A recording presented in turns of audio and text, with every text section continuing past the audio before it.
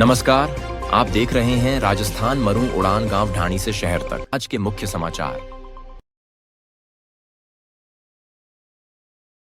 थी और कुछ दिन बचे हैं पूर्णाहुति को लेकर, तो इसमें विशेष योगदान रहा है। तो इस महान कार्य को लेकर क्या कहना चाहेंगे और पूर्णाहुति को लेकर? तो भगवती की कृपा है और सबसे बड़ी चीज कि महाराज श्री के द्वारा ये जो कार्य संपादित हो रहा है ललिता महायज्ञ, ये बहुत ही अद्वितीय है। ये एक तो होता नहीं है और ये राजस्थान और कनाना और जोधपुर क्षेत्र का तो भाग्योदय है ही, अपितु इससे पूरे भारत के समृद्धता की आशा की जाती है, ताकि पूरा ही भारत जो है इस सूक्ष्म तल पर ये जो भगवती का ऊर्जा उठ रहा है, इस ऊर्जा से पूरा भारत आप्लावित है।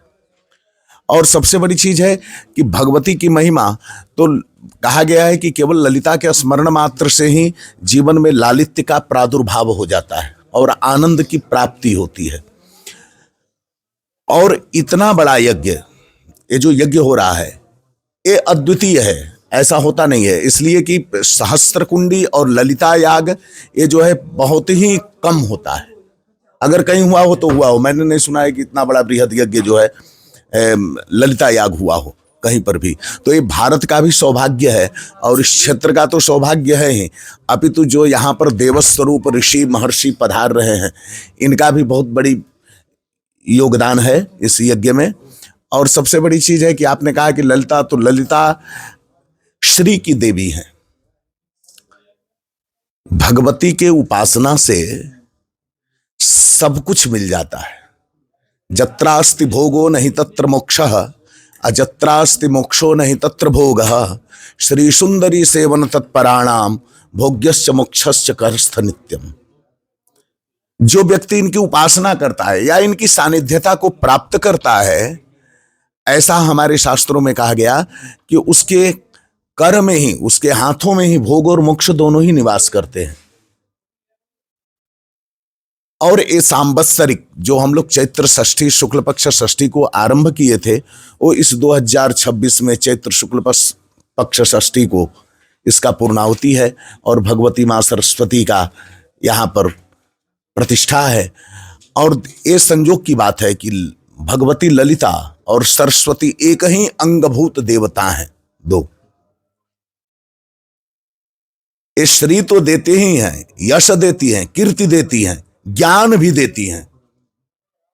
इनको ज्ञान गम्या कहा गया है, ज्ञान स्वरूप कहा गया है, परा कहा गया है। इनमें समष्टि और व्यष्टि दोनों समाहित हैं।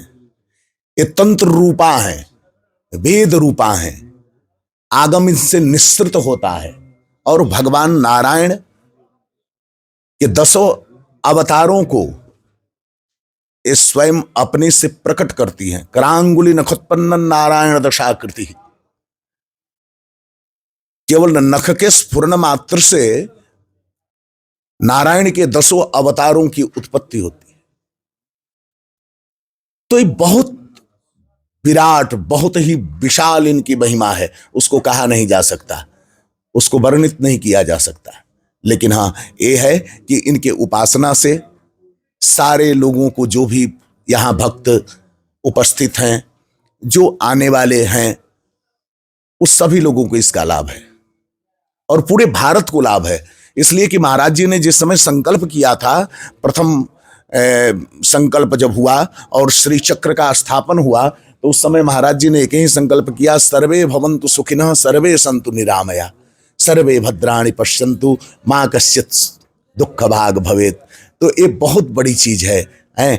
कोई संत पूरे जगत का कल्याण चाहता है और महाराज श्री ने जो कार्य किया है और जो ये भगवती ललिता का आराधन का सांवत्सरिक, वो भी सबसे कठिन चीज कि 7 दिन तक, 7 दिन अनवरत 24 घंटा एक संवत्सर तक इसका चलना, ये बहुत बड़ी बात है। ये सहज नहीं है, ये असहज है। और इसका लाभ ले जो भी भक्त हैं, जो भी इस क्षेत्र के हैं। कनाना ग्रामवासी को तो लाभ मिल ही रहा है, जो इस क्षेत्र के हैं, जो राजस्थान क्षेत्र के हैं, और ये भी मैं कहूँगा कि जो भारतवर्ष के लोग हैं वो भी इसका लाभ लें और आवें और यहाँ दर्शन करें।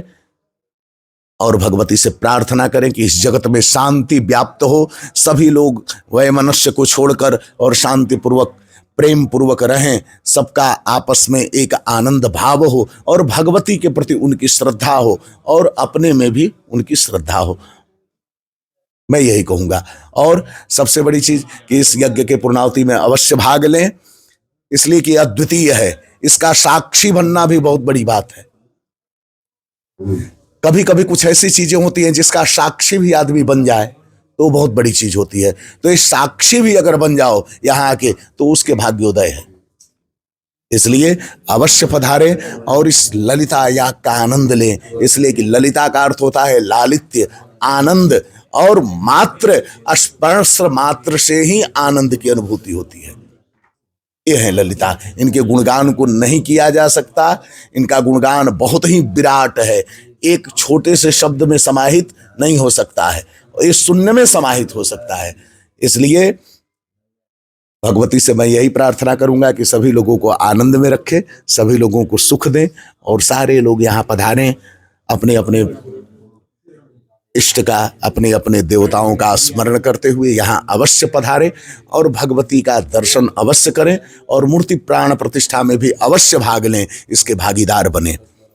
ये उनका सौभाग्य होगा। जय गणेश। हर हर हर महादेव।